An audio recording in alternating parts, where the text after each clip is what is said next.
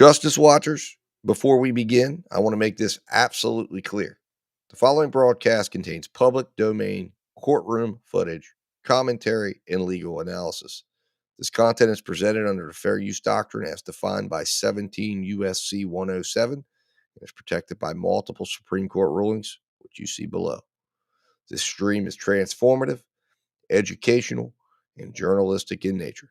It includes original commentary, trial breakdowns, legal interpretation, and critical analysis, not raw redistribution. We do not claim ownership over any public domain footage, and all use is strictly within legal bounds. If you're watching this content, you're engaging in a protected, transformative experience, grounded in law, never in speculation. And if anyone has a problem with that, take it up with Campbell, Brady, Miranda, and Irvin. Remember, guys, justice always works better when we watch. So keep watching. See you in the courtroom.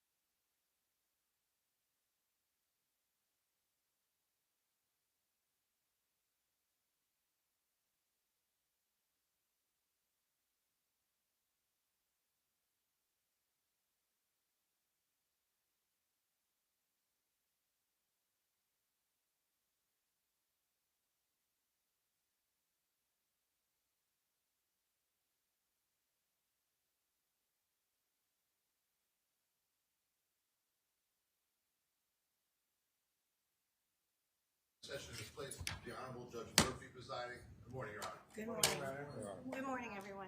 Thank you. All right, we are here today to resume the trial of State of Connecticut versus Jose Morales. I'll ask counsel to please place your appearances on the record. Morning, Your Honor. Supervisory Assistant State's Attorney Howard Stein. Morning, Your Honor. Mark Durso, Senior Assistant State's Attorney. Good morning, Your Honor. Edward Gavin from Mr. Morales, who's seated to my left. Good morning. Good morning, everyone. Before I bring the jury in this morning, are there any preliminary matters to be heard by the court? No, Your After Honor. the state, Your Honor. You're all set? Okay. So, Madam Clerk, please bring in our jury.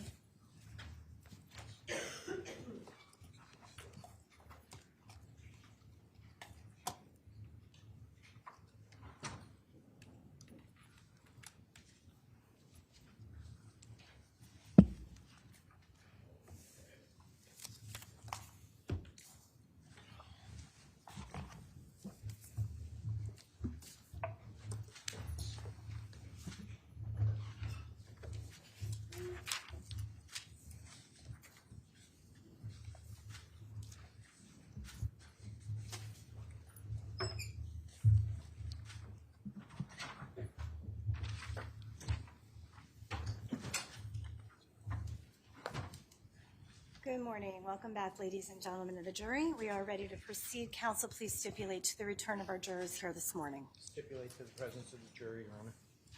Yes, Your Honor.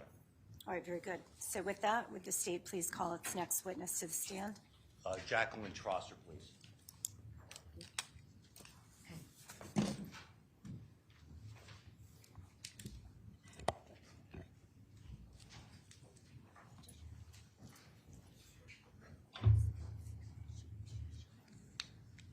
No.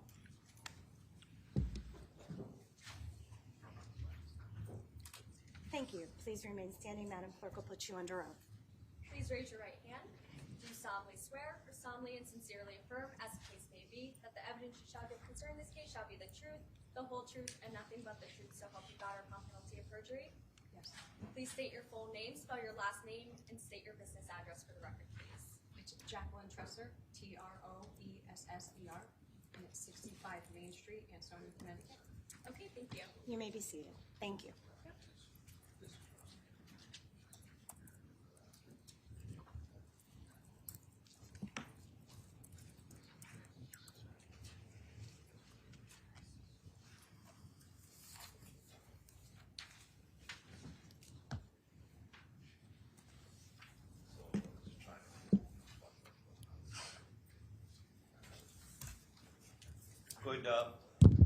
Good morning, Officer Traser. How are you? Good, thank you. First of all, a couple things. That microphone in front of you does an awful job amplifying, so if you can kind of pull yourself up and get your voice into that mic so we can all hear you. Very good. So, can you tell us who are you employed by? The City of Ansonia, And in what capacity? a patrol officer. And again, your voice really, Sorry, a patrol officer. thank you. How long have you been a member of the Ansonia Police Department? 17 years. And can you tell us a little bit about your background, your training and experience? I was hired in 2008, where I completed the Milford Police Academy after 6 months. I still remain as a patrol officer now.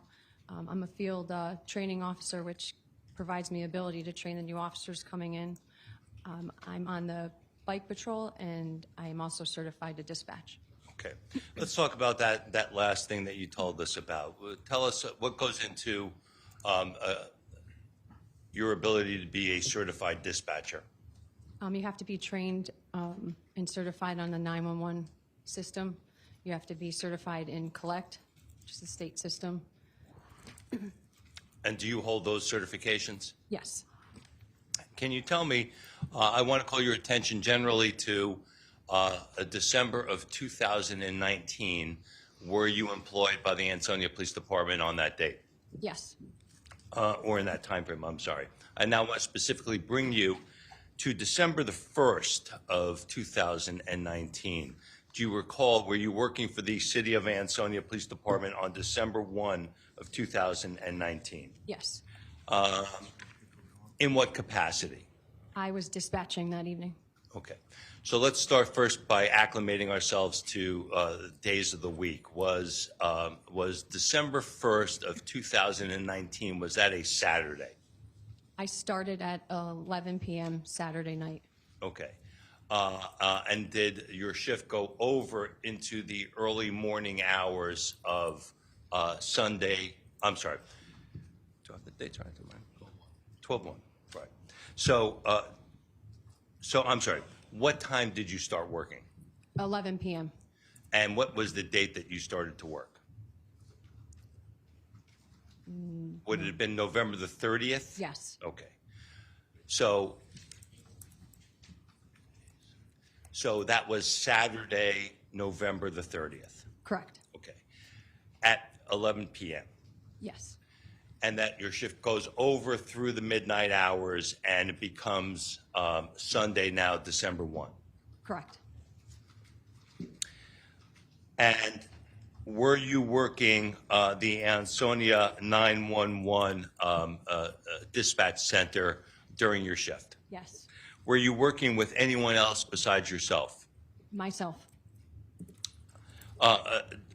Does on occasion, will other members of the Ansonia Police Department during the course of a shift come into the dispatch center? Yes, they do. So it's not unusual for somebody else to be in there with you. Yes, they can come in. So I want to call your attention to now Sunday morning, so approximately 3 hours into your shift, just before 2 a.m. in the morning. Do you recall getting a 911 call? Yes. Now let's stop there for a second and explain to the ladies and gentlemen of the jury when a police department, are they called like a PSAP center? When a police department receives a 911 phone call, what does that do on your end of the call? It's a different type of ring than the landline. Okay. And it's a different system, different phone. All right. Is there any computers attached to it? Yes. And do you receive any information with regard to anything pertaining to the call? Yes, you can see a phone number. You can see a location of where the phone is, depending on what type of phone it is. If it's a landline, it will come back to the address. Sometimes cellular phones will come in an area of it, or it comes back to a cell tower. Okay.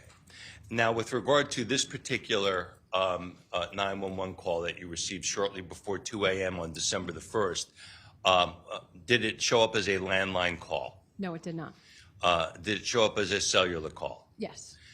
Did it come back and give you a precise location of where the phone was originating from? It came back to a cell tower. Okay. And do you recall where the cell tower was? South Cliff Street in Ansonia. All right. And when you, did you answer the 911 phone call? Yes, I did. And when you answered the 911 phone call, can you just generally describe in your own words the course of what you heard? I answered by saying Ansonia 911. There was a male voice on the other line that stated 3 different times Myrtle Ave. During that time, I tried to obtain an address or location on Myrtle Ave by asking, what's the house number? What is your location on Myrtle Ave?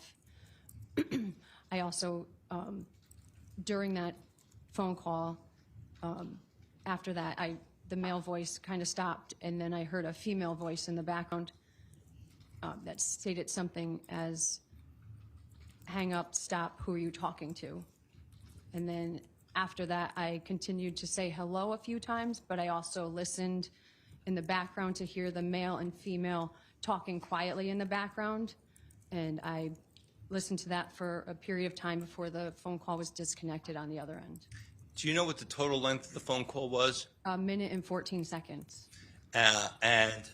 During the time that you were listening, after the initial male voice where you could hear the male and female just quietly talking in the background, did you hear anything else occurring? No. Did you hear any signs of screaming or yelling? No. Did you hear any signs of fighting or anything breaking? No. Did you hear any voices screaming, hey, get out of my house, or anything along those lines? No. Did you hear anything that sounded like physical violence in any way? No. Are you aware, first of all, going back for a second, the male voice that said, I think you said Myrtle Ave 3 times, did you make any observations with regard to the voice? The male's voice was slurred a little. All Yes. right. And would you have any basis in knowledge of to why that voice is slurring? There's many different reasons that it could be slurring. Can you just give us a few of them? It could be a medical issue such as a stroke, diabetes. It could be the person just woke up and is groggy. It could be a speech impairment. It could be intoxication. There's many different reasons. So are you sitting there and assessing the quality of the person's voice, or are you trying to ascertain what assistance they need? I'm trying to obtain what assistance they need. Now, with regard to these 911 calls, does the city of Ansonia record these calls when they come into the dispatch center? Yes, they do. Prior to coming into court today, did you have an opportunity to listen to any 911 calls. Yes, I did. And did you listen to the 911 call, which is the subject of what we're discussing here now? Yes, I did. And when you listened to it, did it sound to be a fair and accurate representation of the 911 call which you remembered participating in on December 1 of 2019? Yes. And I'll offer this at this point, Your Honor. Okay, Attorney Gavin.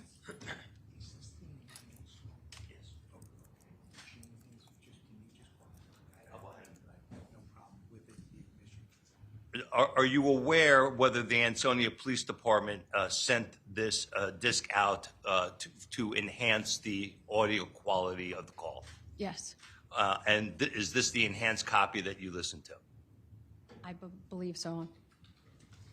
Your Honor, I've listened to the disc. I have no objection to the introduction of the enhanced 911 call. Okay, so do we have a stipulation that it's an enhanced version, counsel? Yes. All right, and what is the exhibit number? Exhibit 162, Your Honor. All right, so court will accept into evidence as full 162. Thank you. So just play the first one for me. Yeah, we'll go through.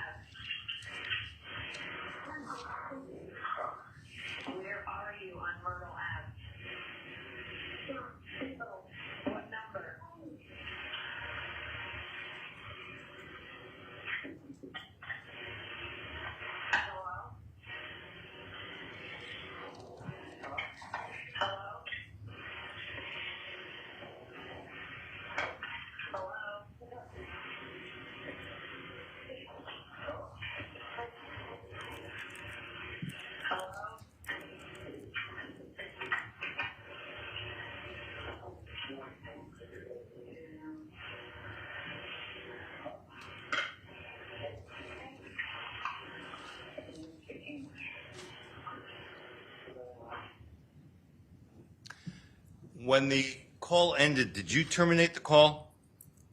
No, Did the call that called you, were they the parties that terminated the call? yes. Now, with regard to when you received that call, can you tell me what steps, if any, you took after receiving that phone call? I tried to call the number back. Okay. And how is it that you were able to call the number back? It's on the caller ID on the 911 line. So the number that was calling you was being displayed on the screen? Yes, Okay. And did you call that number back? I did. And again, is that something, did you listen to a series of further calls from you this morning? Did you hear that prior to coming into court today? Yes, I did. And are they all fair and accurate representations? Yes, they are. So would it be fair to say that you made a call at 1:54 and 3 seconds would be your first attempt to call back? Yes. Can you play that for me, please?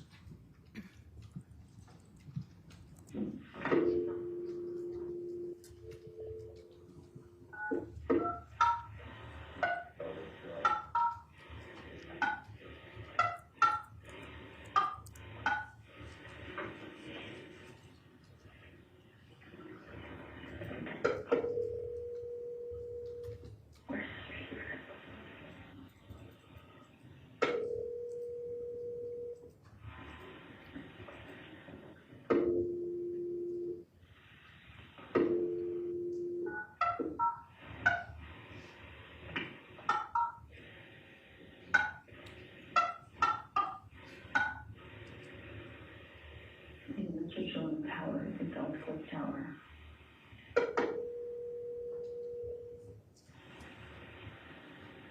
Almost a number. That's all I did.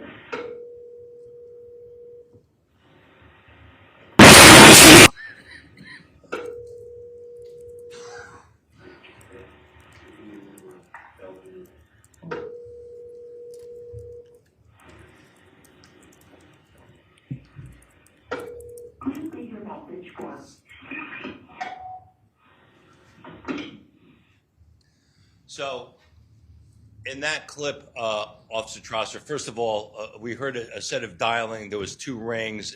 Then the call terminated, and the second dialing in that clip. Can you explain that for us, please? The first one, I believe I dialed the wrong number, so I hung it up, and then I called the correct number back. So at 1:54 in the morning, you called somebody else's phone, totally unconnected to this? Possibly. And when you realized that, did you terminate the call and call back the number that you had on your screen? Yes. And is that the complete dialing that we heard go to voicemail? Yes. Now, after making that first attempt, did you make any additional attempts? Yes. When did you make an additional attempt? I believe a minute after the first call. So at 1:55 and 58 seconds, did you initiate another attempt to call back the 911 caller? Yes. Can you play that for me, please?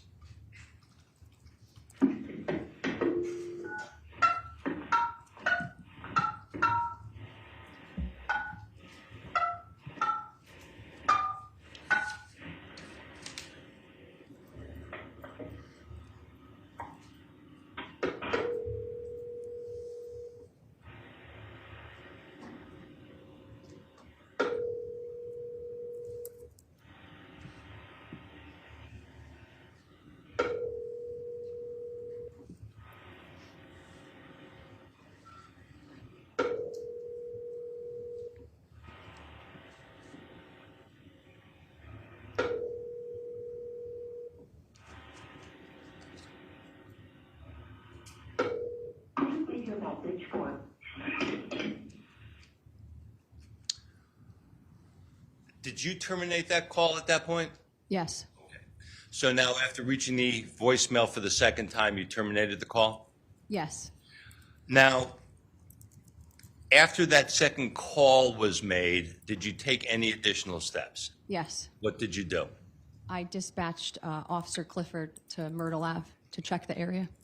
And when you say dispatch, tell the ladies and gentlemen of the jury, what are you talking about when you dispatched an officer? I radio over the air to the officer by usually their badge number, and I give them the information that I had, which was I had a male that stayed at Myrtle Ave, and that it was a 911 hang-up, and if he could check the area. Okay. Is that standard procedure for 911 hang-up calls? Yes. And showing you what's been marked as States 163 is a full exhibit, I believe. Yeah, no objection. 163 is a full exhibit. Can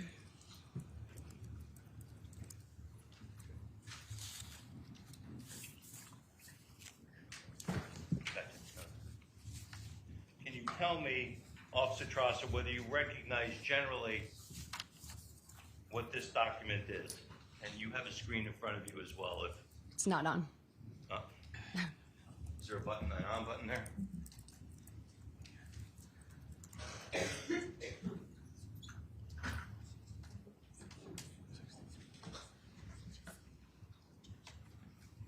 All right. While you're doing that, Counsel, Attorney Gavin, you had no objection to 162. I just have to accept those exhibits into the record, on the record. No objection, Your Honor. Okay, very good. So court will go ahead and accept 162 and 163 as full exhibits. Thank you.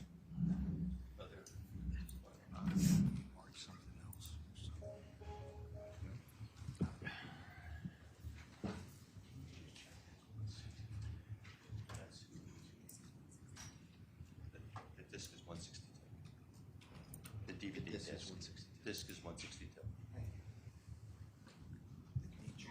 response? Yes. Okay. So do you generally recognize what this is? Yes. What do you recognize it to be? They're called CAD cards. We punch a card for every call that we receive. All right, and so, first of all, can you tell, does this appear to be the call which you have been testifying about? Yes. And it says location, I see Myrtle Ave. What do the 5 zeros mean? It just means the street. Okay. Well, if you had a house number, would there be a house number there? Yes. So why then the 5 zeros? Because I didn't have a house number. So all you had was a street named Myrtle Ave? Yes. And other than that, it's showing that it was December 1st of 2019.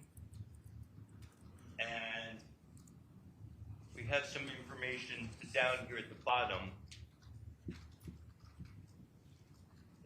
Is this what the radio car is receiving? Male caller stated Myrtle Ave before hanging up on the 911 line, and no answer on callback. Officer reports area check clear. Is that a summary of the event? Yes. So now I see a box here that says dispatch. Is that December 1 of 2019 at 1:59 a.m.? Yes.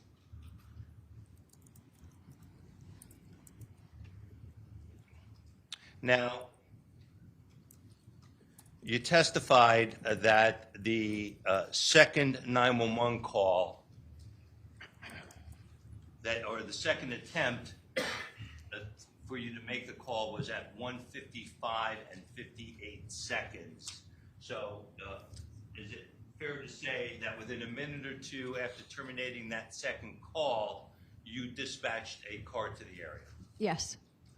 And after you dispatched the car to the area, did you take any further steps yourself? Yes. And what did you do? I called back the number that called into 911 again. So you're now making a third attempt at calling the number back? Yes.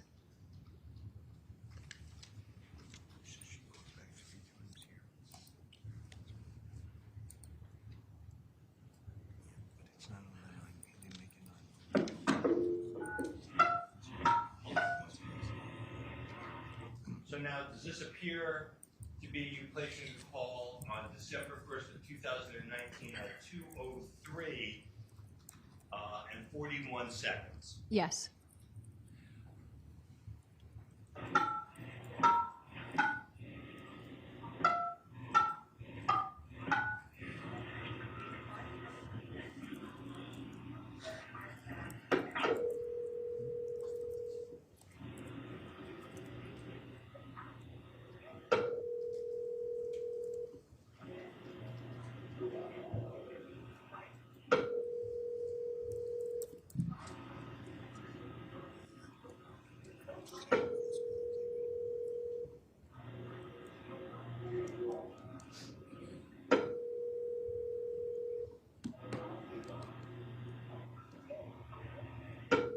Please leave your message for. Who terminated that call? I did. Because you reached voicemail once again? Yes. I'm showing you what has previously been marked as stage 161 as a full exhibit.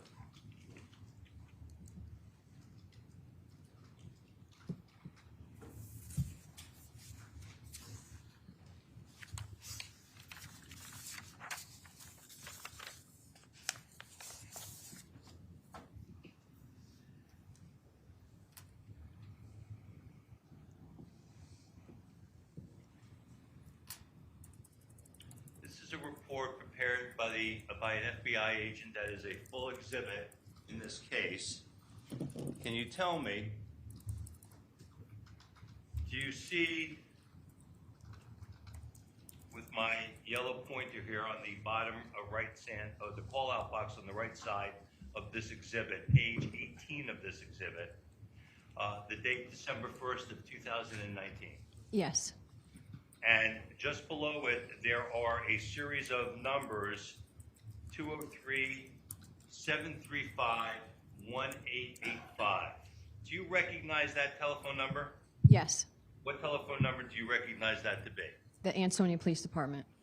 So, does this record appear to correspond with, at 1:54 and 33 seconds, this phone seems to be receiving an incoming voice call from the Ansonia Police Department? Yes. And again, at 1:55:21, another incoming voice message received from the Ansonia Police Department. Yes. And again, at approximately 1:56, another incoming voice message being recorded from the Ansonia Police Department. Yes.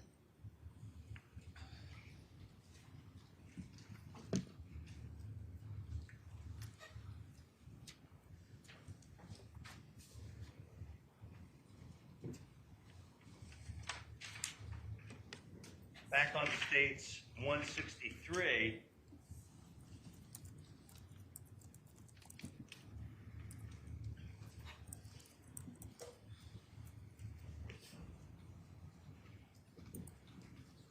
you indicated earlier that you dispatched a radio car at 1:59, and can you tell us what this next column, what this means? Is that the officer en route to the call? So the officer's acknowledgement that he has the assignment and is en route to the call? Yes. And can you tell me what the next column means? When the officer arrived in the area. So the officer acknowledged the call and arrived in the general area within the same minute? Yes. And what's this last column referred to?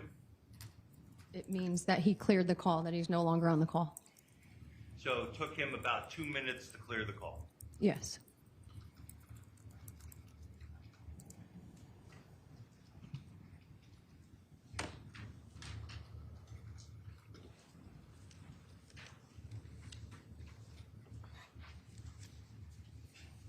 Thank you, Officer Traser. I have nothing further. Okay, Attorney Gavin, any cross? Good morning, Officer Traser. Good morning. How you doing? I'm good, thank you. Great. Thanks for being here. Just tell me, what did you do this morning in review in preparation of your testimony? I listened to the 911 call and the 3 times that I tried to call back. Okay. So you listened to it, and did you review the call log report that we just saw? Yes. Okay, great. You go to work on Saturday, November 30th, and you're working the 11 to 7 shift. Is that correct? Correct. Okay, great. So the first call, which was the 911 call that came in to you, looked like it was about 1:52 in the morning. Is that correct? Correct. Right? And that call was 1 minute and 14 seconds. Correct. Okay. And do you know the phone number that call came in from? Not offhand. Okay. As part of this investigation that continued, did you learn that was Jose Morales' cell phone?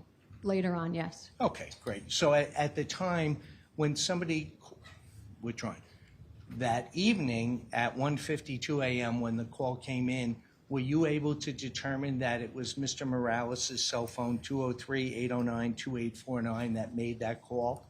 Not that night. Okay, so when the call comes in, I just want to make sure I understand.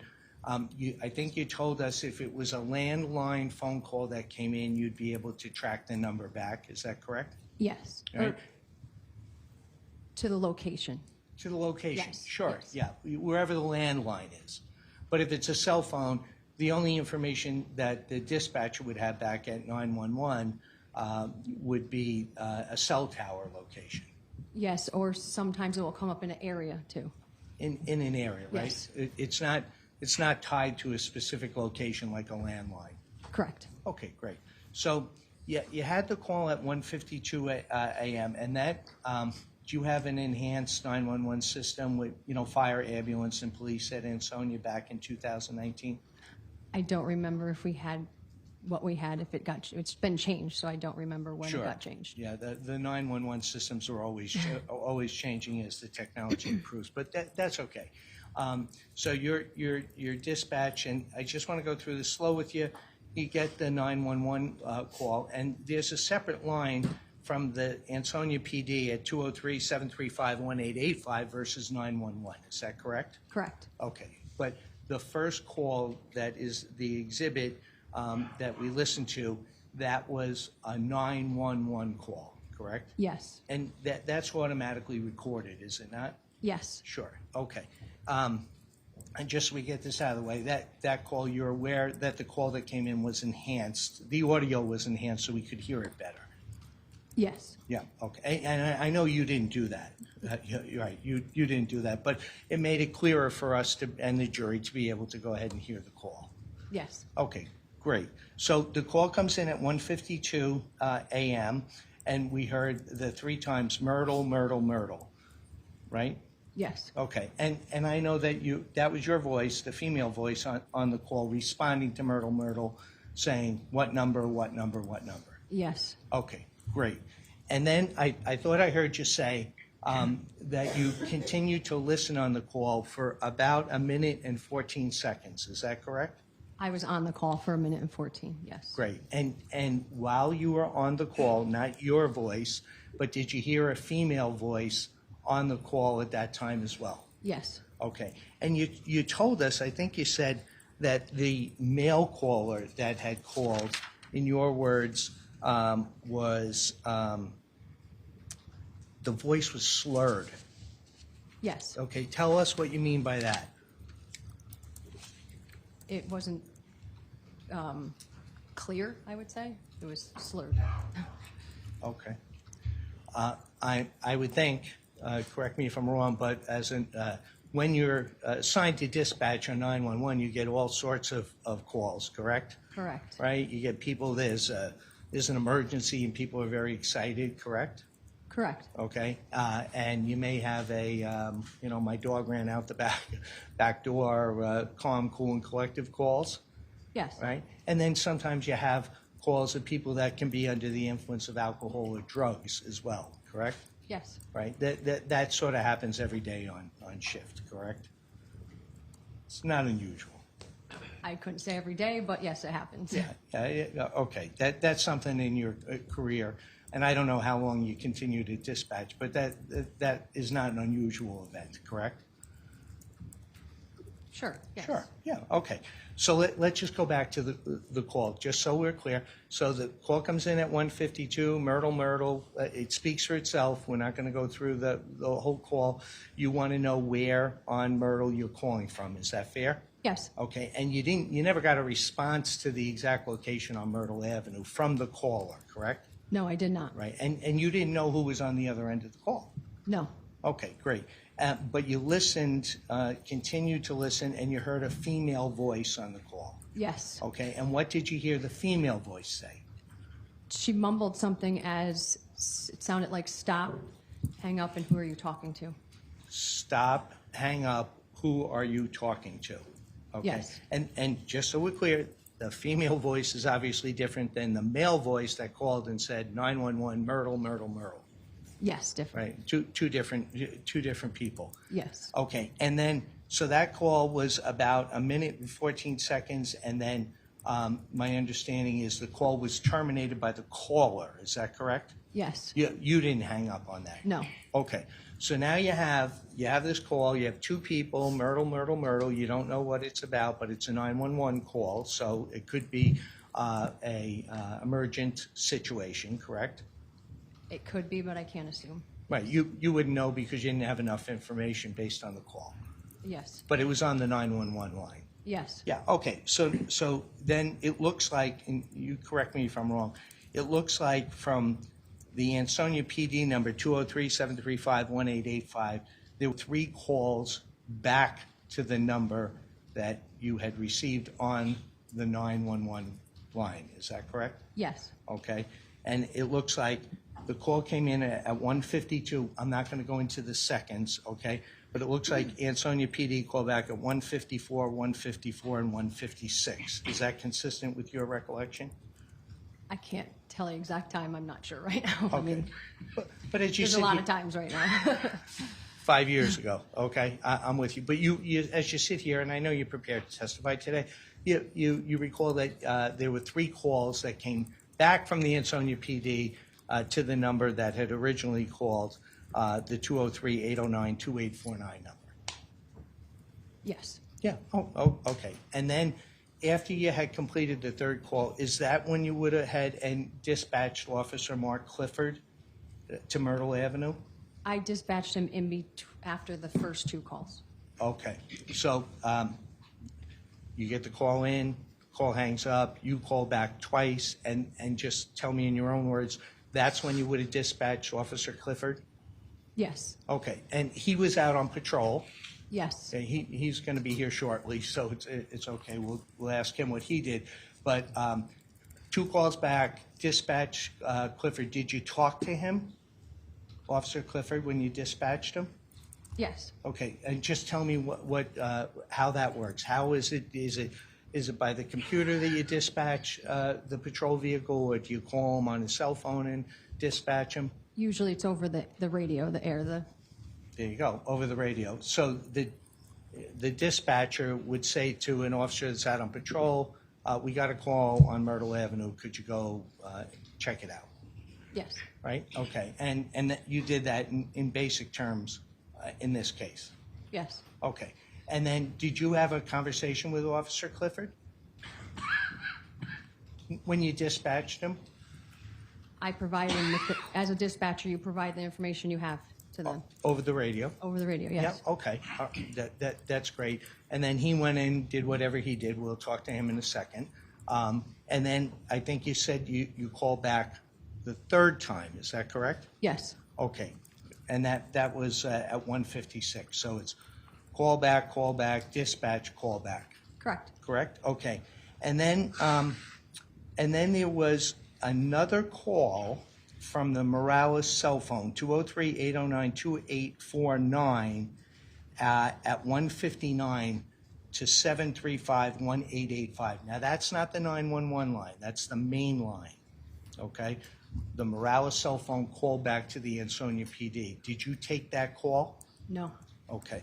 And then it looks like what happened was then there was your 4th call back to the cell phone, and that looks like at 2:03 in the morning, Ansonia calls back. Is that correct? Yes. Right. So we're just about done. I appreciate so you get the dispatch, you get the call in on 911, you call back 1 time, 2 times, dispatch the officer, call back 3 times, and then there was a 4th call back to the cell phone number. I remember 3. Okay. All right. So as you sit here right now, are you aware of the fact that APD called back at 2:03:55 to the cell phone number? I know at 2:03. Okay, at 2:03? Yes. Okay, that's great. Thank you for your time. I appreciate your help. Thank you.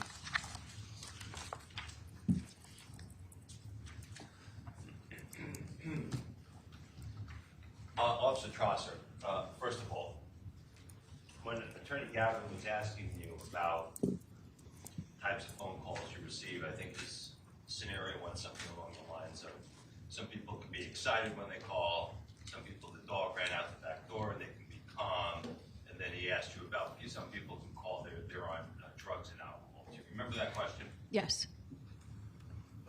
Obviously, suggesting to you that slurring on the phone call is a result of drugs and alcohol. Clearly, that was the reason for asking that question. Objection, Your Honor. Sustained.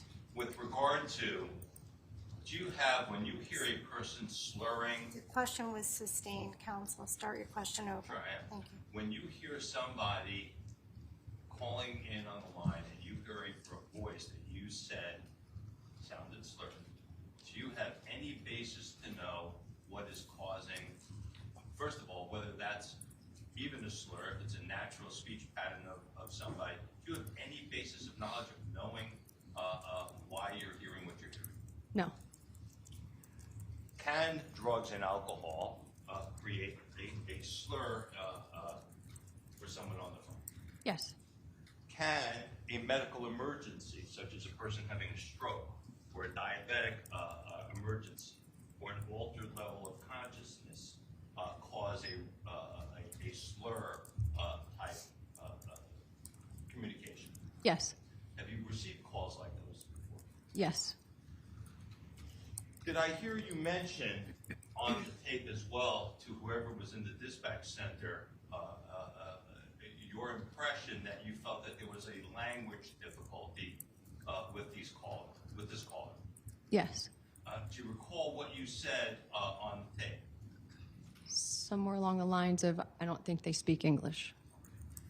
So did you, at least, is that reflective of your mind that you believe that there could be a language difficulty? Excuse me. Yes. Hold on a moment. I didn't hear anything on the tape about language difficulties. I'm not sure if he's referring to the exhibit in the 911 call. I'm happy to cue it up. Okay, so Attorney Gavin, I'm going to overrule your objection at this point in time because it deals with an exhibit that's full and it was acknowledged by the witness. So we'll play it again. I appreciate that.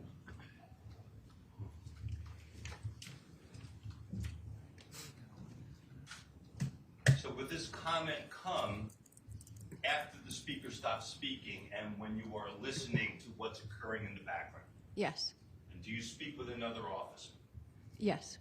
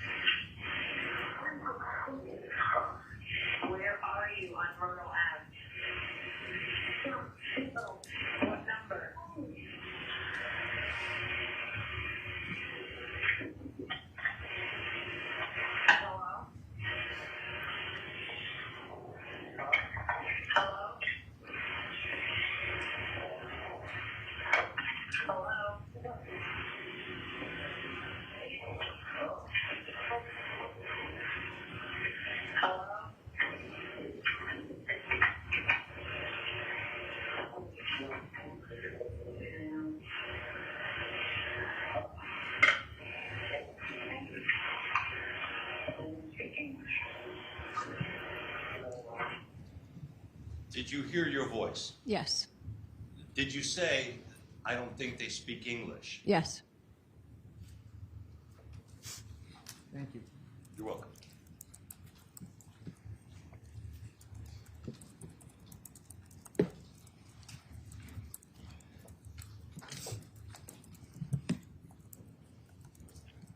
I have nothing further.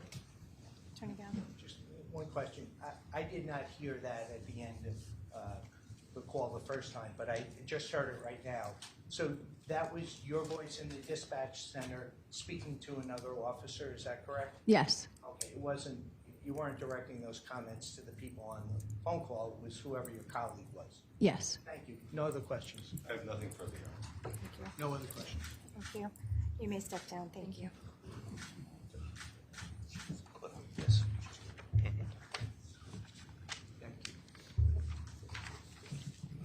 you. Okay, Pete. May I see counsel at sidebar, please?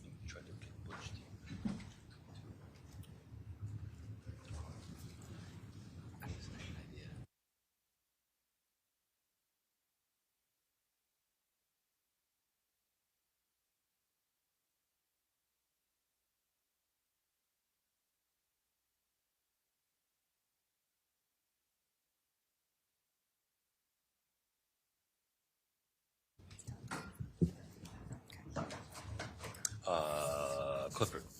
All right, the state would like to call their next witness, please. Okay.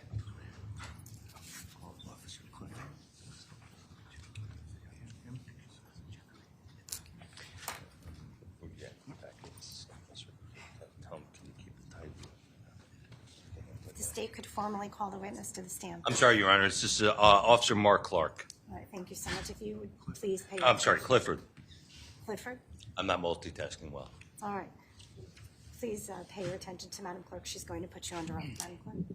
Do you solemnly swear or solemnly and sincerely affirm, as the case may be, that the evidence you shall give concerning this case shall be the truth, the whole truth, and nothing but the truth, so help you God, or upon penalty of perjury? I do. Please state your full name, spell your last name, and state your badge number for the record, please. Mark Clifford, last name is Clifford, badge number is 53. Okay, thank you. You may be seated. Thank you.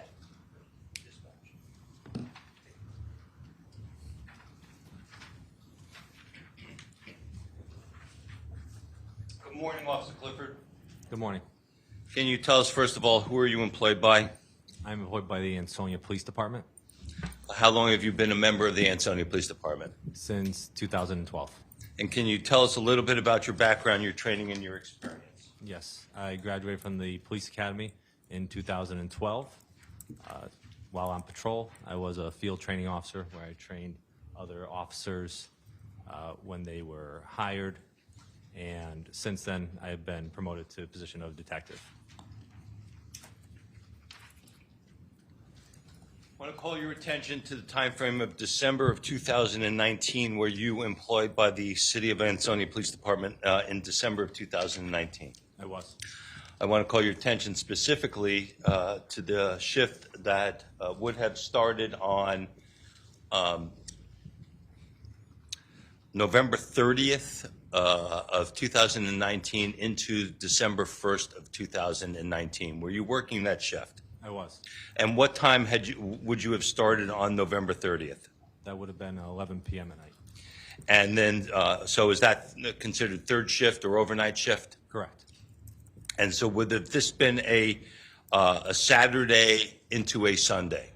Yes. Now, I want to call your attention to approximately 2 a.m. early Sunday morning, December the 1st of 2019. Were you working at that time? Yes, I was. And do you recall, what was your assignment that evening? My assignment was the patrol east side sector. Would that include the area in and around Myrtle Avenue in the city of Ansonia? Yes, it would have. And shortly before 2 a.m., do you recall where you were? Yes, And where were you? I was on Main Street. And where is Main Street in proximity to Myrtle Ave? It is approximately, I'd say about a half mile west of Myrtle Avenue. And when you received, did you receive a dispatch in and around 2 a.m.? Yes, I did. And what was the nature of the dispatch? It was a 911 hang-up. And what steps did you take once you received that dispatch? Once I received that dispatch, I then proceeded to the area of Myrtle Avenue. Can you pull forward to that mic a little bit? Thank you. Thanks. Once I was dispatched, I proceeded to the area of Myrtle Avenue. Did it take you very long to get there? No, maybe a minute or so. And when you got into the area of Myrtle Ave, can you just generally describe the overall nature, or let's say length of Myrtle Avenue? It's approximately a half mile long.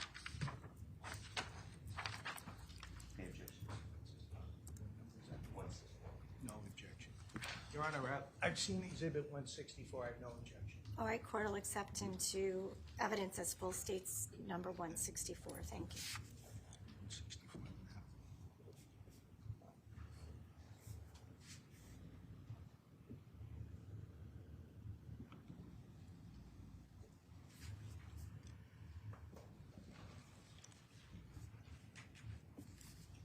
Once again, on 164, which is up on the screen here, if I trace with this highlighter from the left side of the photograph down and along this roadway, working from left to right,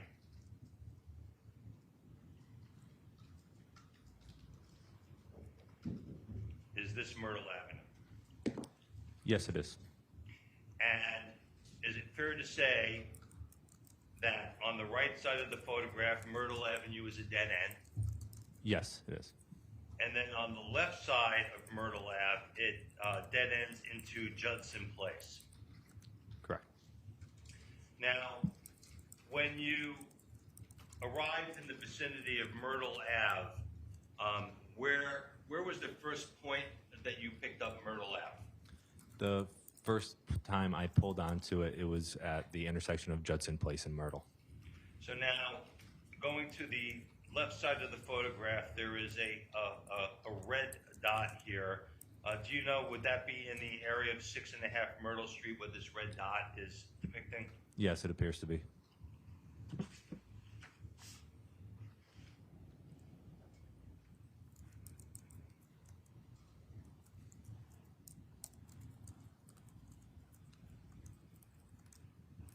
Are you generally familiar with the roads in and around the east sector of your patrol assignment? Yes, I am. So again, where my highlighter is with the red dot in the left-hand portion of the exhibit, is this a section of Myrtle Avenue here? Yes, it is. Is this Judson Place here? Yes. Is this West Street here? Yes. And is this Cottage Avenue here? Yes, it is. So effectively, are you familiar with the location from your patrol assignment of 6.5 Myrtle? Yes, I am. So does it generally sit in this rectangular boundary, Judson, Myrtle, West, and Cottage? Yes. The driveway to 6.5 Myrtle, are you familiar with where that's located? Yes, I am. And where is it? That is on the Cottage Avenue side, closest to West Street. So back here, is this how someone would enter into the driveway of 6.5 Myrtle, where my highlighter is moving towards the red dot from Cottage Ave? Yes. So now, when you arrived, you said you started at Judson and Myrtle Avenue. So that would just be to the left of 6.5 Myrtle. Is that correct? Yes. And when you arrived there, can you tell us what you did? Yes.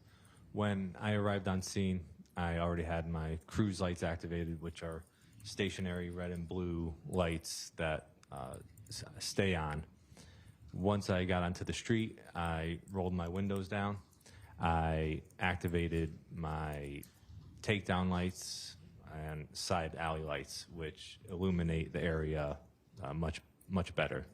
Okay. So first of all, I need you to keep your voice up, okay? Okay. Really project out for us, all right? Okay.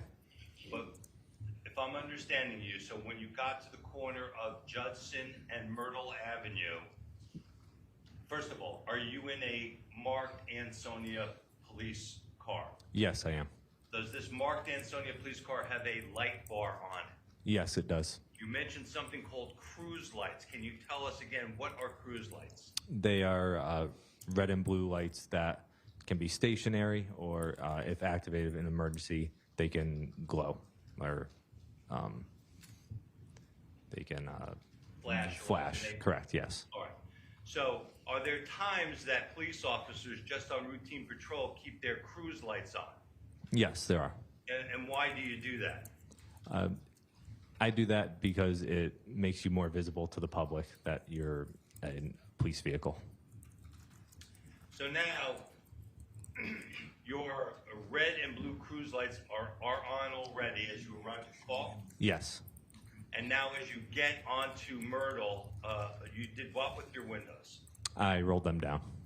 One window? Both windows, in the front and passenger side. Okay.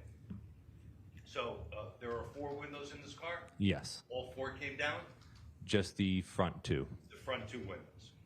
And when you mentioned something also, takedown lights. Can you explain to the ladies and gentlemen what takedown lights are? Yes, those are lights that we can activate if it's dark out, and it illuminates the area much better than headlights would. So So where are the takedown lights located? The takedown lights are located facing the front of the vehicle. Are they on the light bar? Yes, they are. Are there any takedown lights on the back side of the light bar? I do not know. Okay.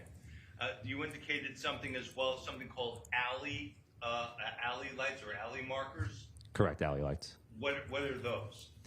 Those are the same type of lights. They're located on the side of the vehicle, side of the light bar, and those illuminate the side, passenger and driver side of the police cruiser. And again, are they used to assist law enforcement officers when they're out of the car to illuminate areas where they're working while it's dark? Yes, Would you say they're bright? very bright. So now, if I'm understanding you correctly, you've got red and blue lights on, you've got at least your car headlights are on, you've got your front takedown lights on, and you've got your alleyway marker lights on, all on the light bar in a marked Ansonia police car. Have I understood that correctly? That is correct. And you have your windows down. Correct. What do you do when you arrive at Judson and Myrtle? I informed the dispatcher that I arrived on the scene. And from there, what happened next? I then proceeded to drive slowly down the street. So now, as you're driving slowly down the street, you are almost immediately in the vicinity of 6.5 Myrtle. Yes. Would it be fair to say that you continued that slow crawl all the way down Myrtle Ave? Yes, I do. From one end to the other? Yes.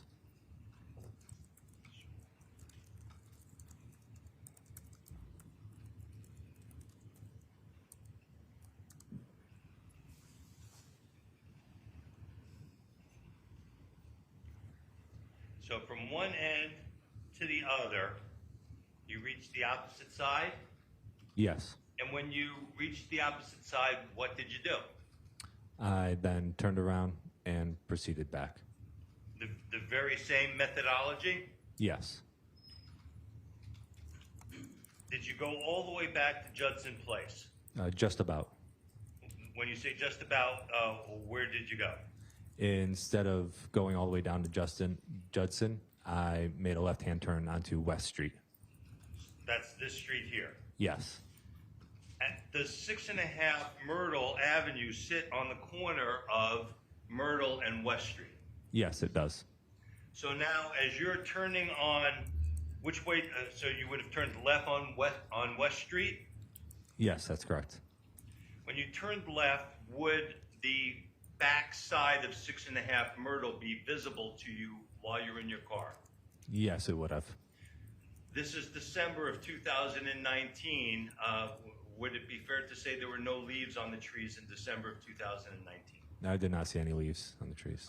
Did you have the ability with the takedown lights and your alleyway lighting up the right side of the car to see into the driveway and backyard area of 6.5 Myrtle? Yes, I could. From the moment you arrived on the corner of Judson and Myrtle Avenue, all the way down, all the way back, took you about 2 minutes or so? Yes, that's correct. Showing you what has been previously marked as States 163. I think you said the street was about a half mile in total length? Yes.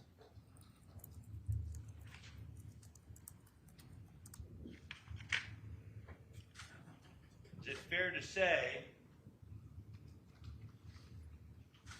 that dispatch shows you arriving on scene at 2:02 a.m. and clearing the call at 2:04 a.m.? Yes. Does that sound about right to you? Yes. During that whole trip from Judson past 6.5 up to the end of Myrtle, back, left on West, visibility into the backside of 6.5. Did you see any person out on the road that day? No, I did not. Did any cars pass you on Myrtle Avenue at 2 o'clock in the morning on that early Sunday morning? No. Did you see any activity at all? No. Did you hear anything at all? No, I did not. Did anybody come out and say, I need assistance? No. Your car was lit up like a Christmas tree, right? Yes. I have no further questions. Attorney Gavin. Hi, officer. Hello. Could you read me on that, please? How are you? Doing well, thank you. Okay, just a few questions for you. Yes. Thanks. Who dispatched you? That was Officer Traser. She was working dispatch. Did you just see her? Yes. Yeah, she just left. Yes. Right? Okay, great. Officer, you want to, can I use the Elmo? Yeah. All right. Mr. Mestry? Your Honor, I'm going to use Exhibit 164. right, This is thank- the map. Thank you. Put that up there, Pete. Thank you.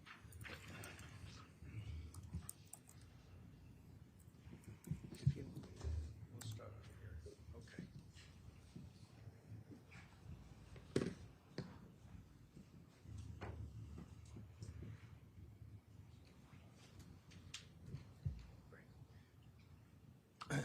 Third shift, you come to work on Saturday, the 30th at 11 o'clock, correct? Yes. You get in your patrol car and you're assigned a sector, is that correct? Yes. Okay. And then you go out on patrol, correct? Yes. Right, you weren't a detective at that point, you were a patrol officer, is that fair? Yes. Okay, so you're out on patrol, the shift starts at 11 o'clock, and when was it that you were contacted by dispatch approximately? That was approximately 2 a.m. About 2 a.m., okay. And dispatch, did they indicate to you that they had received a 911 call from Myrtle Avenue? They said that they received a 911 call They received a 911 call. and that the individual stated Myrtle Avenue. Great, okay. And that was Officer Traser that just left, told you that? Over the radio, yes. Yeah, over the radio. I know you weren't with her. All right, right. She was back at the police station, right? Yes. Okay, right. You're out on patrol. And you said you were in the area of Main Street in Ansonia at the time that you received the radio dispatch? Yes, that's correct. Okay. So, and you knew where Myrtle Avenue was, correct? Yes. Yeah, you had been there before, correct? Yes. Okay. So you traveled from Main Street over to Myrtle Avenue. And can I just grab my copy of the map? Because Sure. Peter, if you could just zoom in at the start there, please. He's going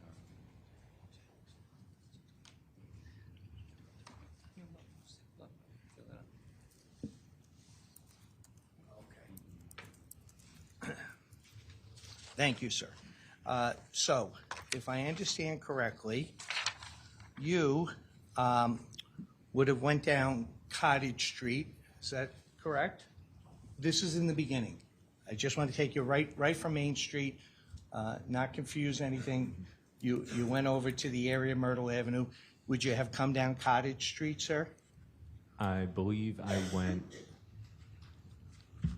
where Cottage and so it would be a little further north of where this map is. So it'd be like Cottage and South Cliff.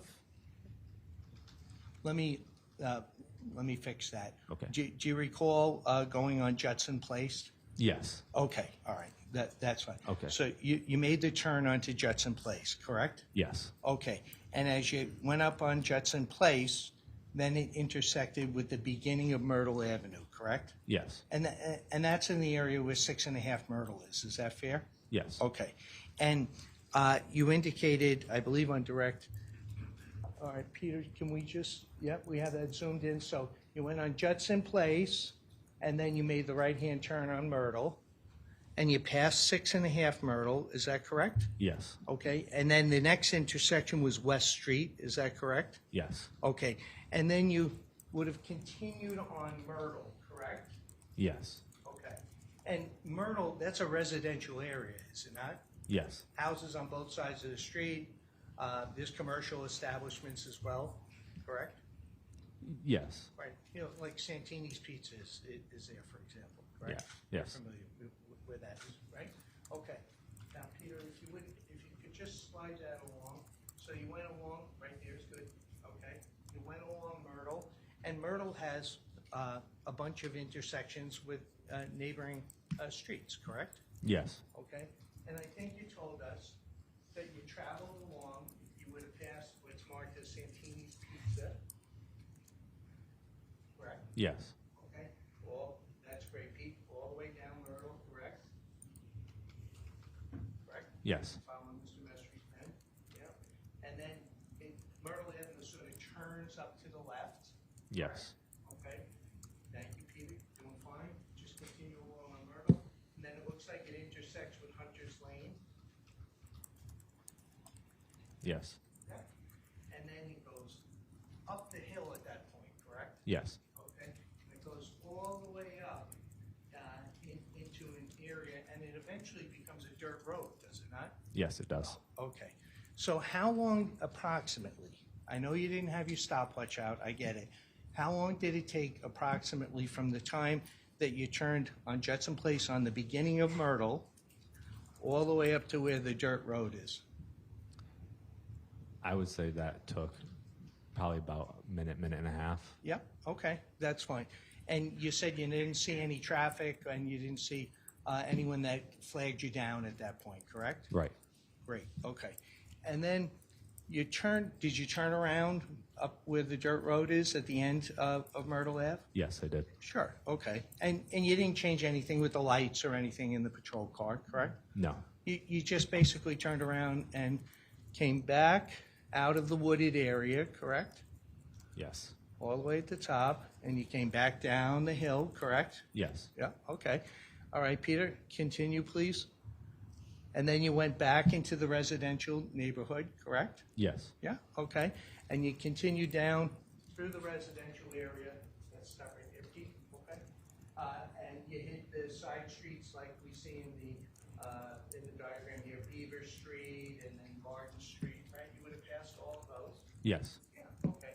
And you weren't driving that fast, I take it? No. No, okay. And I assume because you were dispatched that you're looking around to see if there's anything called to your attention? Yes, that's correct. Okay. And then you pass Santini's Pizza Palace, and then you're heading back to the area of 6.5 Myrtle. Yes. And at the time that you were dispatched here on December 1st, 2019, 6.5 Myrtle didn't mean anything to you because it wasn't identified as a location of interest by dispatch. That's correct. It was just Myrtle Avenue. Correct. All of those houses and all of those businesses that are on Myrtle Avenue, that's what you were directed to go ahead and patrol. Yes. Great. So now you come back, and you hit the intersection of West Street, is that correct? Yes. Okay, and I think you told us you made the left on West, okay? And then you went down to Cottage, correct? Yes. Okay. So from the very beginning, when you turned, that's great, Pete, when you turned onto Judson Place and you made the right-hand turn on Myrtle, and 6.5 was right there. It's located on the grid marking, the designation there. And then you went past 6.5 to West and then all the way down. You were only in front of the area 6.5 Myrtle for a matter of seconds, is that correct? Yes, that's correct. Okay. And then when you came back, sir, you went all the way to the end, dead end, you turned around, came back, and went on West Street. You never circled back and went the area 6.5 Myrtle, the front of 6.5. Correct. Okay. And when you came down West Street and it hit Cottage, you didn't go up the driveway, the backside of 6.5 Myrtle, did you? No, I did not. And then, is that when you would have cleared the call with dispatch? Yes. Okay, and just tell us what cleared the call means. That means I informed the dispatcher that I found nothing in the area and that I'm clear for the next call. Okay, so, did you go back to the Main Street area? I believe so. Yeah, that's a busier area than up in the residential area, Myrtle and Cottage and Judson. Correct. Yeah. Okay. Thank you, Your Honor. Thanks for your time. I have no other questions.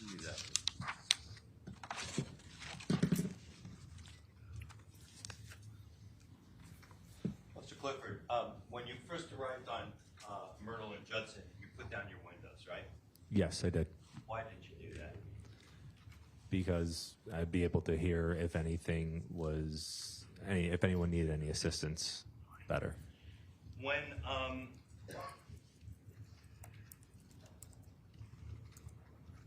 in a quiet residential neighborhood, when you're in your car, aside from your patrol radio, are there any other radios, music, anything else playing in there? At the time, no, I did not have anything else playing. And based on your experience of patrolling this neighborhood, others like it, at 2 o'clock in the morning, from within your patrol car with windows down in December, if you heard screaming or yelling, is that something you believe you would hear from within your patrol car? Objection, Yes. Your Honor. Calls for speculation. Sustained. It's based on his experience, Your Honor, and it goes to why he puts his windows down. Whether or not he would hear screaming or yelling calls for speculation. You can ask him if he's had past experience, counsel, but in general, it calls for speculation. Sustained. Have you, when you put your windows down in your car, you're doing so to enable what? To hear better. Okay. Have you been in your car in the past and with your windows down on a similar type of situation, have you been able to detect screaming, yelling, or other types of altercations occurring? Objection, Your Honor. Relevance. Overruled. Yes, I have. Is that the basis for you putting your windows down? Yes, it was. Now, when you, I believe on direct, you said this total street length from up the hill, as Attorney Gavin says, and back down, I think your testimony was it's only a half mile. Yes. Right. So that's a half mile one way and a half mile back. It's not a very great distance, is it? No, it's not. So when Attorney Gavin was asking you about all the side streets that you're passing, or does anything have to do with the amount of time it took you to go from one end, turn around, and come back to the other end? Objection to the form of the question. Overruled. No. And during that half mile one way and half mile back the other way, did you hear any screaming or disputes or yelling or anything that indicated there was a problem when you were on that call? No, I did not. Overruled. Relevance is 6.5 Myrtle, which he was by for a couple of seconds. Overruled. When you made the left-hand turn on West Street, was it your testimony earlier that Myrtle, 6.5 Myrtle, sits on the corner of West and Judson? I'm sorry, West and Myrtle. Yes. And were you able to see into the back side of that property? Yes. Did you have your window open in the right side of your car? Yes, I did. So now, what would have been about 2 minutes by your dispatch ticket, you went by it, traveled up, came back, you cleared the call in 2 minutes. So you left it the first time and were in proximity to it the second time within 2 minutes. Did you hear any noise through your right window, anybody yelling, any sound like any kinds of break-ins, screaming, fighting, anything with regard to when you turned left from Myrtle onto West? Objection to the form of the question. He's now testifying. It's been asked and answered, Your Honor. Overruled. You can answer the question. Do you need me to repeat the question? Please. When you made the left-hand turn from Myrtle onto West with 6.5 on your right side and your window down, did you hear any sounds of any fighting, yelling, screaming, break-ins, anything that would indicate that there is a problem coming from 6.5 Myrtle, which is just to your right side? No, I did not. I have nothing further. Officer, if you had heard screaming, yelling, or commotion in the area of 6.5 Myrtle, you would have stopped the car, correct? Yes, And you didn't do that, correct? that's correct.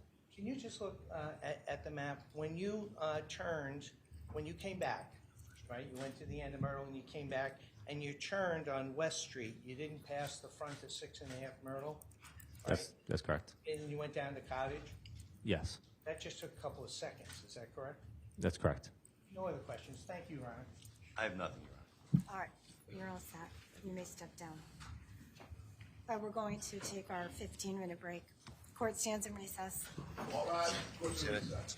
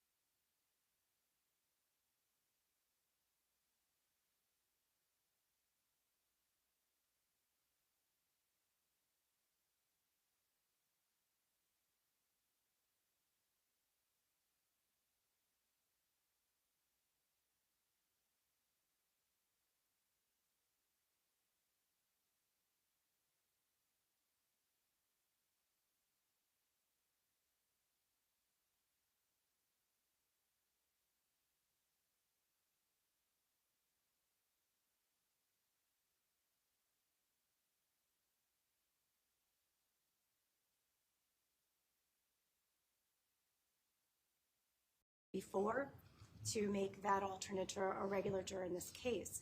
However, before we do that, I just want to advise you that you should not speculate as to why that regular juror is no longer with us, okay? All right, so Madam Clerk, if you could please ask the appropriate.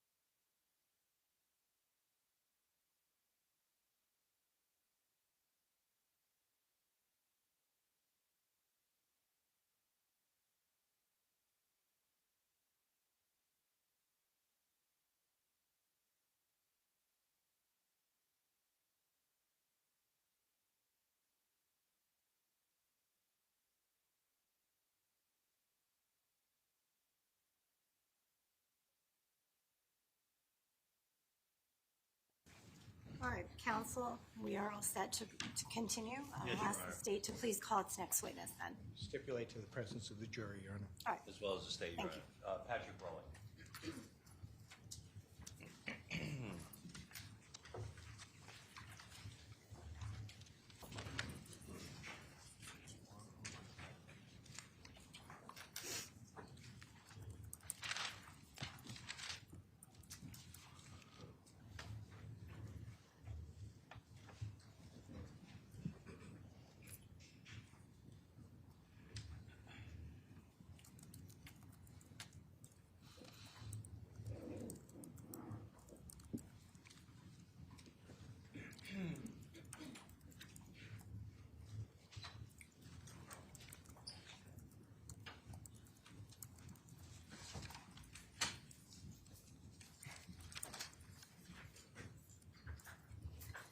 Hi there. Please enter the stand, remain standing, and face Madam Clerk. Thank you. Over here, she's going to put you to oath. It's okay.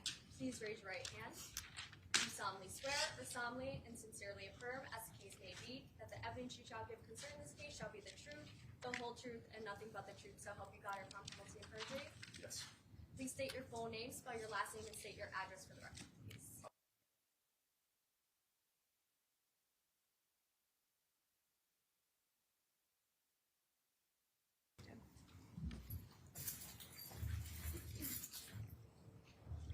May I proceed, Your Honor? Yes. Good afternoon, Mr. Raleigh. How are you? Good, how are you? Good, thank you. I'd like to just start off and ask you, in December of 2019, did you have some type of a connection to Myrtle Avenue in the city of Ansonia? Yes. And what was that connection? My aunt lives there. And where does she live? 6 Myrtle Ave.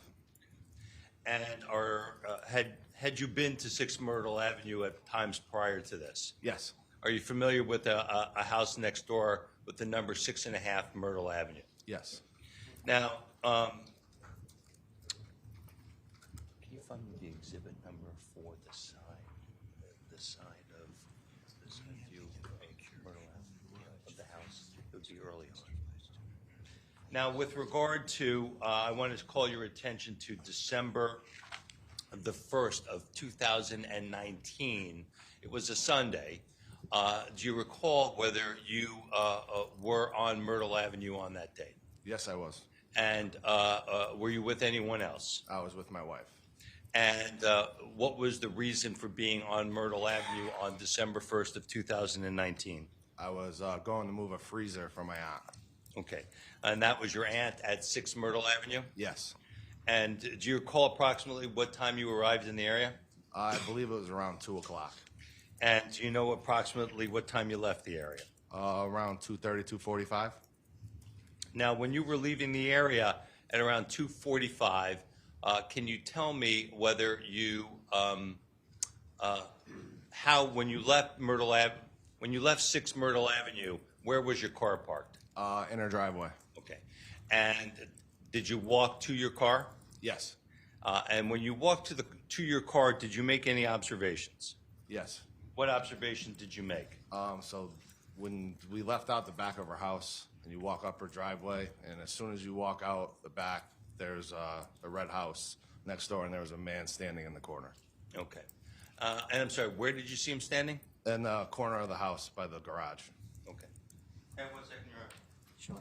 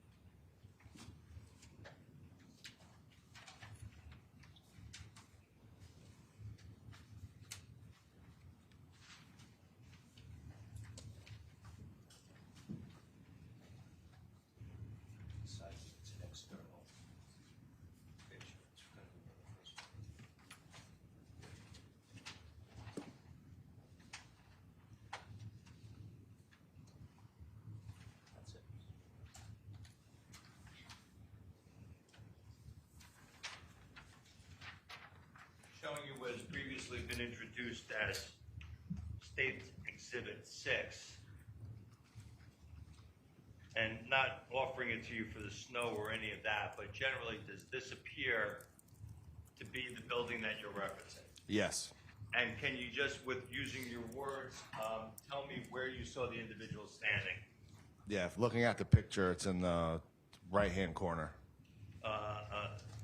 There's a door here, a window, and a door. Can you just, To the right of the door. which door? The door on the right-hand side, not the, yep, This door? yep, So somewhere over here? yep, And the record reflects, Your Honor, at least in State's Exhibit 6, there is a door with a dark window towards the back part of the picture, and my highlighter is just showing to the right of that door. Okay, thank you. Thank you, Mr. Raleigh. And with regard to the observation that you made, can you tell us why your attention was called to that person standing there? it was a very windy, cold day, and I think it was snowing or raining, and it was just odd that someone was standing there on his cell phone. It just didn't seem right. Did you make any observations about the person's clothing? I was just wearing a hoodie. And at that time, is that the reason why you took notice of the person? Yes. Had you ever seen that person before? No. Did you, with regard to at least that moment in time, did you take any further action with regard to that individual? No. Did you climb in your car? Yeah. And what happened after that? We went home. All right. At some point in time, did you become aware of an incident that occurred on Myrtle Avenue the weekend that you had visited? Yes. And did you take any steps to contact the Ansonia Police Department? Yeah. What did you do? I just called and told them what I saw. Did they ask you to come to the Ansonia Police Department? No, they actually came to me, I believe. Okay. And when they came to you, did they ask you to do anything? Yeah, they asked me to give a statement and then look at some photos. Okay. Can you describe the process for us as the photos that you looked at? Yeah, they just gave me individual photos one by one, and then once I went through them, I identified somebody and marked my photo. Okay. As part of that process,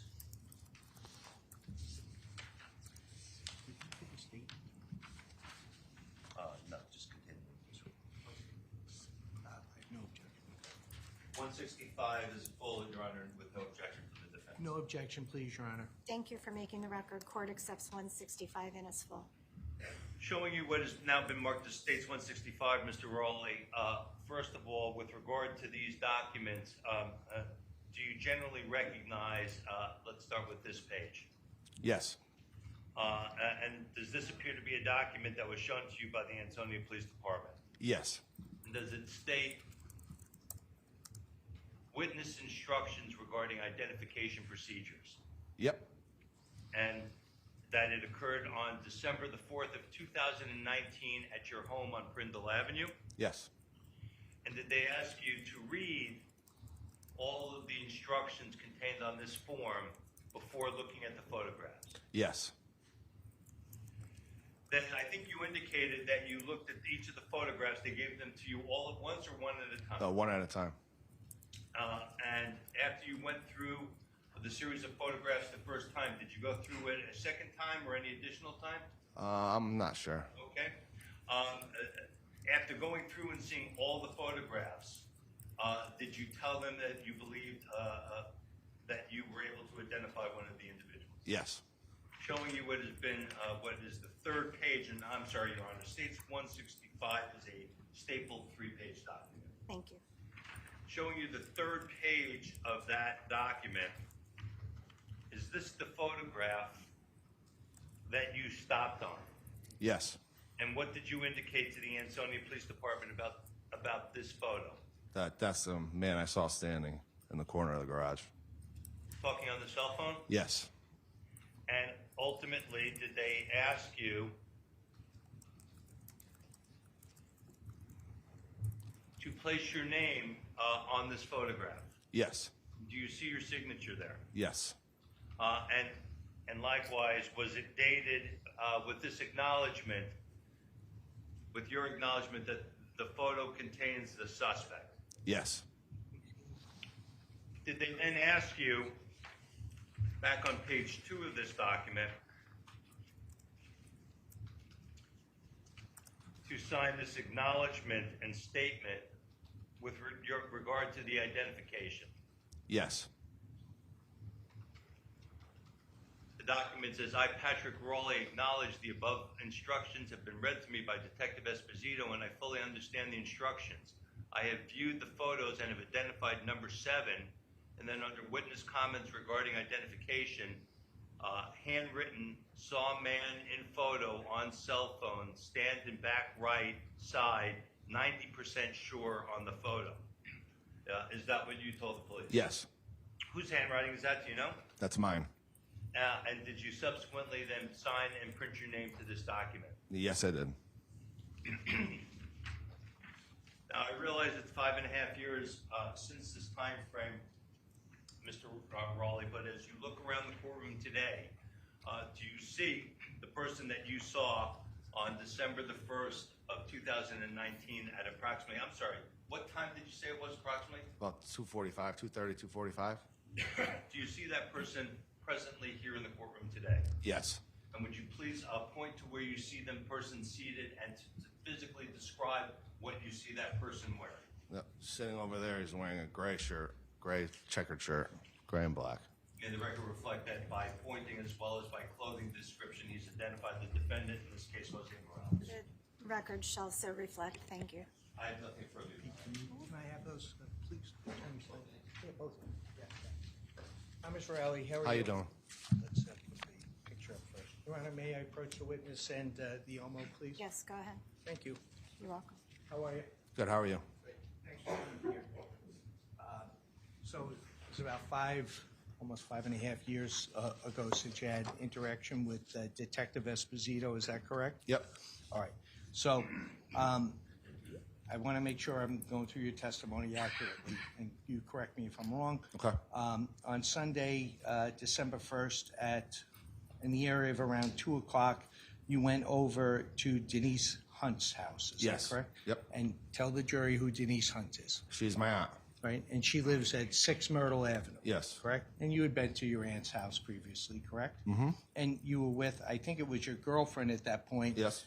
Kristen Stahl, correct? Caitlin. Caitlin, I'm Yep, sorry. that's okay. Caitlin. My bad. Caitlin, and now she's your bride. Yes. Okay, gotcha. And you were there to move a freezer, is that what you told Yep. us? Yep. Okay. And you weren't really there that long, is that correct? No. No? Okay. Your aunt lives up on the 2nd floor, is that correct? Yes. Do you know who George O'Meara is? Yes, I do. Where does he live? He lives on the 1st floor. Okay, right? And 6 Myrtle and 6.5 Myrtle are adjoining properties, is that correct? Yes. Okay, right. And so you got there at around 2 o'clock in the afternoon. And forgive me, I know one of the photographs has snow. Was it snowing, raining, windy? It was doing. I can't remember, but there was something. It was. Okay. That's why it made stand out. Someone was standing outside in the back. It was Okay. very odd. I don't want you, if you're not sure, just let me know whether it was snowing or raining, but you're not sure at that point. Yep. Is that fair? Yes. Okay. And you said that you, I think you said that you were upstairs moving the freezer, is that correct? Yes. Okay. And how long did it take to go ahead and do that? About 20 minutes, half hour. Okay, great. And were you swapping out a freezer? Or? No, it was on the, I believe it was in the garage, and we just moved it up to her, upstairs. You carried it? Yeah, me and my cousin. Oh, there was somebody else there. Who else was there? I believe my cousin. What's your cousin's name? Jeffrey. Jeffrey what? Hunt. I'm sorry? Hunt. Hunt. Okay. Wouldn't have been nice for your aunt to have you just alone carry the freezer from the garage up to the second floor, right? Okay. And how old is Jeffrey Hunt? He's deceased. He's deceased. He's deceased. Yes. Okay. And 5 years ago, approximately how old? I'm not sure. Okay. I mean, was he a teenager? Or No, was he 30s. in his 30s? Yes. Okay. Gotcha. All right. And I'm sorry. I apologize. You said he's deceased. Yes. Is that correct? Okay. So you're at your aunt's. You have your future bride with you. You have your cousin with you. You go to the garage and you move this freezer up to the second floor, right? Yep. Okay. And that took a half hour or 45 minutes? Yeah. Okay, great. And did you have to do anything else in the No. apartment that day? No. No? Okay. Mr. Mestry, could you show us, I think it's marked as Exhibit 6. Can you see that on the monitor right in Yes. front of you? Okay, great. So what we know, and I just want to be clear with you, that Exhibit 6, we're not claiming any of that snow was there. Okay? Yeah. Because the following day it snowed. So you said that you entered or exited, excuse me, let me start over. I think you testified that you left 6 Myrtle through the back, is Yes. that correct? Yes. And then you came around on the driveway that would have went down to Myrtle Avenue. Yes. Is that correct? Yes. Okay. The driveway sits parallel from this picture. You can see the car, where the car is in this picture. That's our driveway. Okay, good. That's the sort of end in the bottom right-hand quadrant of Exhibit 6 is a car that would have been located Yeah, in the that's where driveway. my aunt's driveway is. Okay, great. And is that where you parked? Yeah. Yep. Yeah, okay, all right, we're doing fine. So you came around the back of 6 Myrtle towards the driveway. You would have got in your car in the driveway to back down to Myrtle Avenue. Is that correct? Yeah, well, I was back in when I parked, so I just would have pulled out. But yeah. Okay, all right. So you backed in originally, and then you would have pulled out. Yep. Okay. Now let me just go slow here. When the 3 of you left your aunt's house, Just me and my wife left. okay, and Jeffrey Hunt stayed with Yeah, your he aunt? lived there. He lived there with your Yes. aunt? Okay, gotcha. All right. So, but he came there with you? No. Or was he there already? Yeah, he lives there. Okay. I'm sorry, I don't know. I don't know this. So, when you and your bride-to-be arrived, he was already on site because Yes. he lived there Yes. with your aunt that Yes. lived upstairs on the second floor. Yes. We're good? Yes. Okay. All right. Great. So, you and Caitlin went ahead and left after a half hour, 45 minutes. Is that correct? Yes. Great. And you come down the driveway, and you looked over to the area 6.5 Myrtle. Is that correct? Yeah, well, it's when you come out of her backyard, it's right there. You Oh. come out of the gate and you're looking straight and you see that back corner. Okay, great. And are you familiar with that property at all? Yes. Okay, you know there's a 3-car garage Yes. underneath the apartment? Yes. Yeah. The monitor has to take it down, so just let me finish the question before you answer. Okay. I know you know the answer already. It's very difficult when we both speak at the same time. Okay. Thank you. And you're doing fine. Okay, so you leave, you're familiar with the property, you know there's a 3-car garage underneath 6.5 Myrtle Avenue, correct? Yes. All right. And then I think you told the attorney Stein that on the side of the property, there is a door, then a window, then another door. Is that correct? Yes. And you saw an individual over by the second door closest to the garage at the back of the house. Is that fair? Yes. Okay. And you told Attorney Stein, correct me if I'm wrong, you had never seen that individual before. No. Right. How often back in 2019 did you visit your aunt's house? I don't know. It depends. I do a lot of work at her house for her. Okay. All right. So you were there on a regular basis? I would say a regular basis is just if she needs something done, she calls me. I'm the go-to in the family. Oh, okay. It's good to have a go-to. That's right. Okay. So, I mean, would you see your aunt once a month, once a year? Once a month, I would say is a good average. Okay. Just an estimate, that's all. Yeah. Okay. So when you saw the individual at 6.5 Myrtle in the back, you told us you had never seen that individual before. Is that correct? Yes. And you didn't go down and approach and say, hey, hi, what are you doing here, or introduce yourself? No. There was no contact whatsoever between you and that individual? No. And what did you observe that individual doing? He was on his cell phone. Okay. All right. And then you got in the car? Yep. Okay. And Caitlin got in the car? Yep. So just tell us, when you came out the back of 6 Myrtle, you turned down the driveway, you looked over into the adjoining yard, you saw that person, how long did you look at them? The time it takes you to, I opened the gate, held it for my wife, and then walked up the driveway. So 5-10 seconds. Okay. And when you looked over across, did you just glance across for a second or two? Yeah. Yeah. Okay. It was quick. Yeah. Yeah, sure. Okay. And then you got in the car and didn't think anything of it? No, I said to my wife, like, that was strange. Why was he standing there? Okay. That somebody was there because Yeah. you didn't know who they were? No. You didn't know who the neighbors were? Nope. Okay. All right. And it didn't get to the point that you thought it was important, for example, to go confront the individual? No. Right? And, you certainly didn't go ahead and call the police and say, hey, there's something strange going on next door? Nope. No, you just went about your business? Yep. Checked off the moving the freezer chore, Yep. correct? Okay. Okay. So you only saw the individual for a very brief period of time? Yeah? Yep. Correct? Okay. Got in the car. Now, Peter, we're all done with that. Could you, Peter, could you put the next exhibit? That was Exhibit 6, Your Honor, for purposes of the record. Thank you. And Peter, what number is that? 165. 165, Your Honor. We're going to refer to Exhibit 165. All right. Okay, Peter, could you put the front page, the first page on there for me?